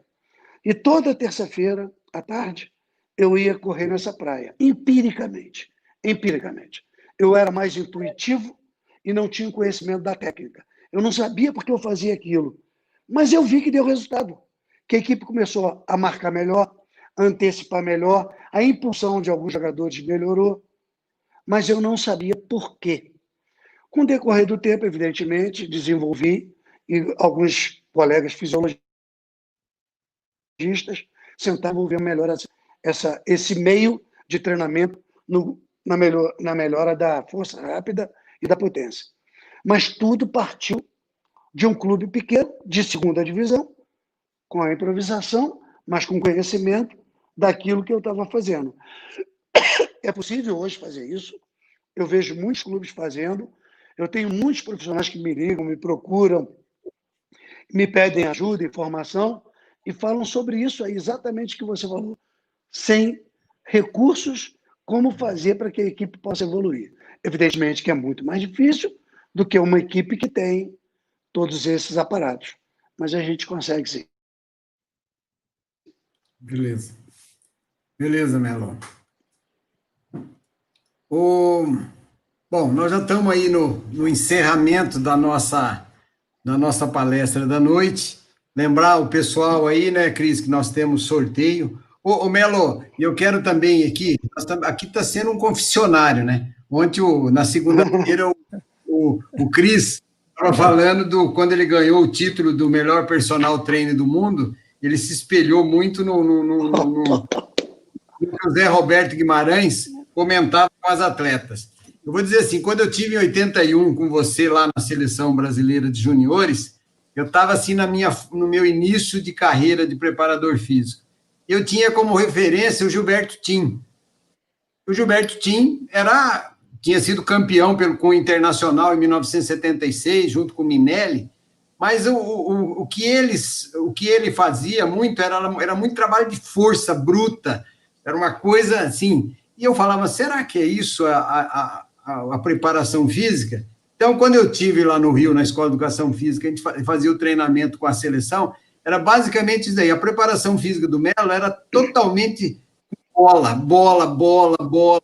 E eu falei, pô, Falei, esse é o perfil que eu acho que é o meu perfil que eu devo seguir dentro da preparação física. Porque o outro do Gilberto Tim, apesar dele ser o consagrado naquele período, mas eu não conseguia alinhar. Então, quando eu vi o Melo naquele trabalho, eu falei, não, acho que é aqui que eu vou continuar, que eu vou fazer meu trabalho, e fui por 20 anos preparador físico, trabalhando nesse mesmo formato que eu vi lá no Rio de Janeiro, quando você iniciou esse trabalho. Muito legal. Primeiro parabéns para o Cris por citar essa referência do voleibol, que particularmente é um amigo, e em 1999, nós tivemos a honra de trabalhar juntos no Corinthians. Ele foi ser supervisor do Corinthians, com aquela paciência, com aquela ética profissional monstro, e só agregou, cara. Ele do voleibol, no futebol, se tornou um grande amigo nosso. Para mim é uma referência, não é brasileira não, viu? Mundial do voleibol. E ser humano, inigualável. Muito bacana, Cris. Muito bacana essa referência. E também falar que o futebol e toda a preparação física em qualquer desporto tem seus momentos, seus modismos. Recentemente tivemos aí algumas coisas, tipo os absurdos também, né?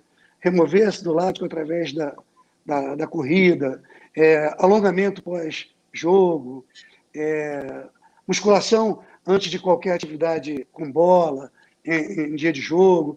Uma série de coisas que vão acontecer, mas que não vão mudar a sabedoria e o conhecimento do treinamento esportivo de alto rendimento. Então, as coisas passam. O Gilbertinho, evidentemente, foi um influenciador de métodos. Eu acho que ele teve muita importância na preparação física brasileira, na escola brasileira de futebol. Hoje qualificamos mais o trabalho de musculação, muito mais importante, com muito mais objetivo, buscando quase que buscando individualmente o trabalho, qualificando a força específica para se jogar futebol. Mas ele deu o primeiro pontapé, deu o primeiro passo. E é uma referência muito grande para nós. Sem dúvida. Sem dúvida. Melo, sabemos que você está na concentração aí, porque tem um jogo importante amanhã, né, contra o Corinthians, clássico, e normalmente dentro da sua programação, os jogadores têm aí o seu lanche, depois esses ajustes finais. Então, a gente quer agradecer demais a sua presença e de ajustar esse calendário para poder aqui estar contribuindo com essas experiências com todos nós aí. A gente fica muito grato e agradecer ver o Rogério aí que também para suas considerações finais e a gente encerrar essa parte aí com os palestrantes para que a gente possa fazer os sorteios e o encerramento final aí. Obrigado, Melo. Muito obrigado a oportunidade. Cris, muito obrigado. Não, te agradecer por tudo, por você ser esse exemplo para a gente dentro da profissão, dentro do esporte, alguém que alcançou tantas coisas e ainda tem muito para oferecer para a gente. Foi uma aula que você deu aqui para a gente. É incrível ouvir tua experiência, ouvir por onde você passou, toda essa sua lógica. Muito orgulhoso de ter isso aqui com a gente. Vai um aconselhamento para os jovens profissionais e, por acaso, pode ser que alguém já esteja trabalhando. Eu coloquei na minha veia profissional, desde garoto, vocês talvez não saibam, eu também fui campeão de ciclismo no Rio de Janeiro, quando o Rio de Janeiro estava bombando no ciclismo em 1977. Eram 4 jovens que nunca tinham pedalado, me pediram para treiná-los. E os grandes ciclistas do Brasil estavam no Rio de Janeiro aquele ano. Eu achei uma petulância muito grande, mas já que querem, vamos. E nós ganhamos o campeonato. Nós ganhamos as longas distâncias, quilômetro contra cronômetro, perseguição e tudo mais, prova de rua. E eu nem sei por que eu treinei ciclismo, nem sei por que fui campeão. Caiu no meu colo, 4 ciclistas de alto rendimento, todos 4 eram bons demais, e acho que eu tenho, além de me dedicar, eu tenho que confessar que eu tenho um pouquinho de sorte também, de cair no lugar certo, na hora certa. É isso aí, faz parte do contexto. Eu agradeço muito, muito, porque a educação física é minha alma, é meu espírito, é minha vida. E falar com vocês aí, que também são grandes amantes dessa profissão, que nos encanta, cara, que prazer imenso. Vocês talvez não tenham noção da minha felicidade nesse momento. É isso, Bom, Melo. Nossa, Muito obrigado. Obrigado. Obrigado, mestre. Melo. Um abraço, tá aí, o Nelson manda um abraço para você também, que está no chat, falou, manda um abraço para o Melo aí. Amanhã ele está de camisa verde também, que eu sei. Não, palmeirense, tá lá, Ele já tá agora. Ele já tá agora. Já tá agora, já tá no hoje. jogo também. Ele tá assistindo você torcendo, Melo. Ei, Cris, de fralda ele não tá, não. Não. Tô torcendo. Legal, prazer imenso. Aí, ó, as considerações finais aí, Rogério. Eu só tenho a agradecer. Ouvi histórias fantásticas do esporte, ouvi histórias fantásticas de sucesso da profissão, ouvi que é possível ser um grande profissional de educação física, mesmo com dificuldades, acreditar nos exemplos, arriscar e querer fazer o melhor. Esse é o exemplo que Melo trouxe para nós e é muito importante para a nossa profissão ouvir pessoas desse nível de comprometimento com a profissão, que nos ajuda muito a acreditar nesta profissão que, sem dúvida nenhuma, é a nossa profissão mais querida. Muito obrigado. Obrigado, Rogério. Ô, Melo, você viu que eu deixei verde e branca a tela aqui para sua homenagem. É estratégia, eu vi lá. Trocou o fundo de todo mundo. Prazer imenso, Cris, te conhecer. Prazer é meu, uma honra. Valeu, galera. Adilson, obrigado, Melo, obrigado, Rogério. Valeu. Amanhã a gente tem, o pessoal aí ainda vai fazer agora um sorteio de alguns livros, mas agradecemos muito aí a presença de vocês, tá bom, gente? Muito obrigado também, muito obrigado. Em nome do Obrigado. Felicidade a todos, boa noite. Boa noite, boa noite. Obrigado. Boa noite. Um abraço. Pedrinho, show de bola essa Vamos lá. noite. Hã? Que noite é essa, hein? Beleza, muito. Duas excelentes palestras. Como a gente fica até emocionado, né? Exato. De ver a situação, ver aí vários estados participando, e aquilo que você falou, galera, chama o pessoal aí para assistir, porque a gente ainda vai ter muitas novidades ainda. Cada dia a gente se surpreende, né? Quando a gente acha, fala assim, hoje foi top. Aí vem outra, melhor ainda. Certo? Show. E esse evento vai ficar marcado para sempre, né? Até a participação do pessoal, Pedrinho, no chat, todos muito responsáveis, todos com comentários muito positivos. A gente teve algumas dificuldades com a história do certificado, mas todo mundo muito compreensivo, entendendo. Manda ter paciência, a gente vai resolver toda essa situação aí, certo? Show. Vamos aos sorteios? Vamos. O que a gente tem aí, Pedrinho? Olimpismo no Brasil, medalhas e classificações, do Aristides Almeida Rocha e Henrique Nicolini. Nós temos um sorteio desse livro aqui. Tá, vamos lá. ViveF lá no chat, galera, ViveF no chat, hashtag ViveF, o chat mais veloz do planeta, tanto Ctrl+C, Ctrl+V que vocês colocam ali, que eu tô ligado. Vamos lá, vamos girar. Deixa eu pegar o celular aqui para todo mundo ver que aqui é jogo limpo. Tá aqui, ó, todo mundo comentando aqui no celular. Vou girando, ó. Comenta aí, ViveF. Vou girar para cima. Pá, parei aqui, ó. Parei em Leis Revoredo. Manda um e-mail para vivef@crefsp.gov.br. Tá aqui na tela o e-mail. Manda um e-mail para lá que você vai ganhar. Fala assim, eu ganhei o livro no dia da palestra. Olimpismo no Brasil, ele ganhou. Olimpismo no Brasil. Leis Revoredo. Que mais, Pedrinho? O que mais temos aí? Agora uma coleção de 4 livros da Comissão de Saúde, que é o Obesidade e Exercício, Diabetes e Exercício, Prescrição de Exercício e Atividade Física para Criança, Envelhecimento e Exercício. É a coleção do CREF 4 da Comissão de Saúde. Olha lá, 4 livros para vocês, galera. Quem ganhar agora, vou girar e vou parando aqui. Quem ganhar vai ganhar os 4 livros. E o e-mail está aqui na tela, você tem que mandar lá no e-mail, vivef@crefsp.gov.br. Você vai falar o nome que eu vou falar aqui. Não adianta você falar outro nome, se não for esse aqui, você não vai ganhar, tá bom? Tem que ser esse daqui, manda com um e-mail que te identifique, tá bom?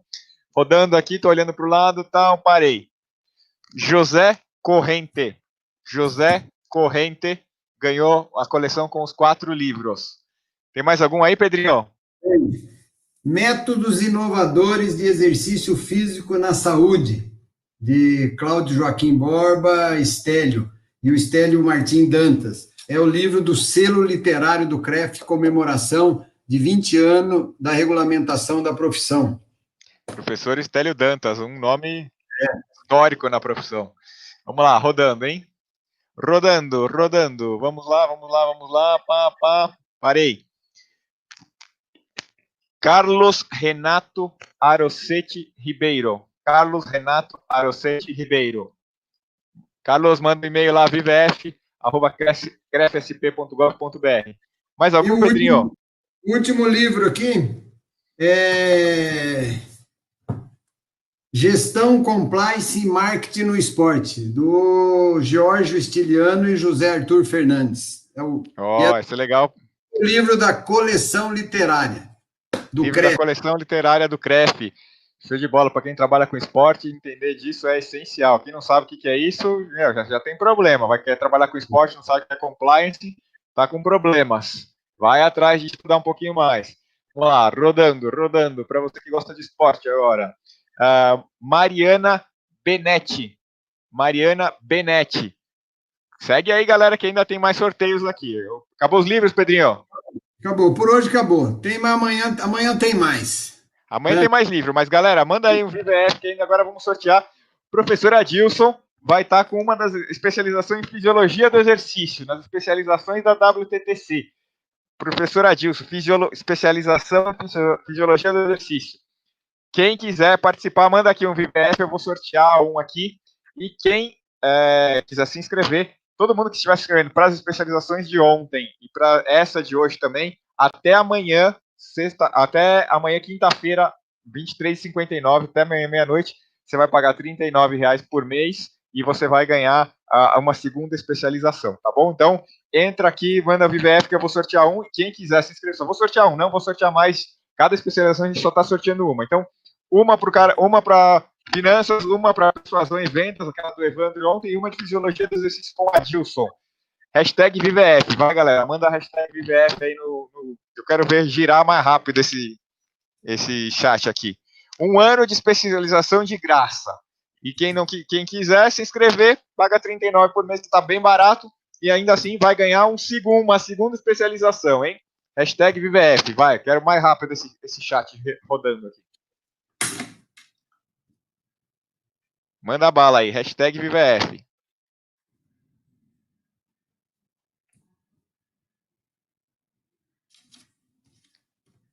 Vamos lá, vou rodar, vai ganhar uma especialização em Fisiologia do Exercício com o professor Adilson, uma especialização em Fisiologia do Exercício com o professor Adilson.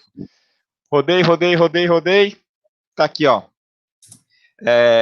Rodolfo Rodrigues, o nome do goleiro do Santos, Pedrinho, Rodolfo Rodrigues, lembra ou não? Não. Tem como, né? Rodolfo Rodrigues, manda um direct para mim, @CrisParente, um direct ali no Instagram, @CrisParente, Rodolfo Rodrigues, tem 1 ano de especialização em Fisiologia do Exercício. Quem quiser se inscrever, entra lá no wttc.com.br, tem cursos e lojas, Universidade do Movimento. Se inscreve lá, depois a gente vai entrar em contato com você, perguntar qual que você quer fazer. Se você se inscrever até amanhã, 23h59, numa dessas três, a de finanças, a de persuasão em vendas ou a de fisiologia, você ganhar a segunda. 1 ano, você faz pagando por R$39, que é bem barato, e você ainda vai ganhar um canal. E eu vou sortear mais um canal hoje aqui. Mais uma assinatura do canal do Emotion. Hashtag VVF. Vai, roda o negócio aí. Roda, Jequiti. Vamos lá. Patrocínio Silvio Santos. Roda. Bora. 260 pessoas na sala. Vamos lá, galera. Vamos lá. Vou rodar. Parei. Lilian Navarinsky ganhou a assinatura do canal. Lilian Navarinsky, manda um direct no @CrisParente. E hoje é isso, pessoal. Galera, amanhã tem mais. Amanhã a gente tem mais palestra bacana. Amanhã, outras 2 palestras incríveis. Ana Cristina Mendes, Top Trainer Brasil, eleita melhor personal trainer do Brasil 2016, falando sobre negócios, como você montar o seu negócio. Ela que já montou negócio, que é uma das gestoras da Tecnogin hoje, pessoa que manja disso. e professor Giovanni, lá do Mato Grosso do Sul, sobre obesidade e fisiologia do emagrecimento. Outra cabeça fantástica, agora falando sobre emagrecimento, hein? Presta atenção nessa. 2 palestras incríveis amanhã. Amanhã a gente se vê 20h30. Entra lá no @CrisParente, na live do aquecimento. Enquanto a galera tá preparando as coisas aqui para vocês, a gente tá lá 20h30 batendo papo. Eu entro com você na live de surpresa. Pode estar de pijama, do jeito que for. Eu vou botar você dentro da live pra gente bater um papo, te conhecer. E às 21h, VVF. É isso, Pedrinho? Beleza, Cris. Beleza, boa noite a todos. Mais uma noite esplendorosa. Muito obrigado a todos, a diretoria do CREF, aos parceiros aí do CREF também nesse evento. E a você, Cris, aí da WTTC. Muito obrigado aí pela parceria e pelo sucesso desse evento. Um abraço a todos. Obrigado, um abraço a todos, um abraço para o presidente Nelson, que está todo dia assistindo a gente aqui. Entrou lá no primeiro dia, mas está sempre de olho aqui. Não é à toa que está em lugar diferenciado. Profissional bom, estuda o tempo inteiro, não importa onde você esteja. O Melo falou isso hoje, Pedrinho, que pô, um cara que tem a idade dele, esse currículo que esse cara tem. O cara ganhou tudo, cara. Ele ganhou tudo, não tem alguma coisa que esse cara não ganhou. E ele fala, o negócio é se atualizar, o negócio é estudar. O que a gente fazia lá atrás já não é a mesma coisa. Esse cara tá falando isso e tem professor que não gosta de estudar. Tá aí o caminho que vai seguir, né? A gente já sabe muito bem que vai seguir. Obrigado, Pedrinho. Um abraço. Até amanhã. Tchau, Até tchau. amanhã.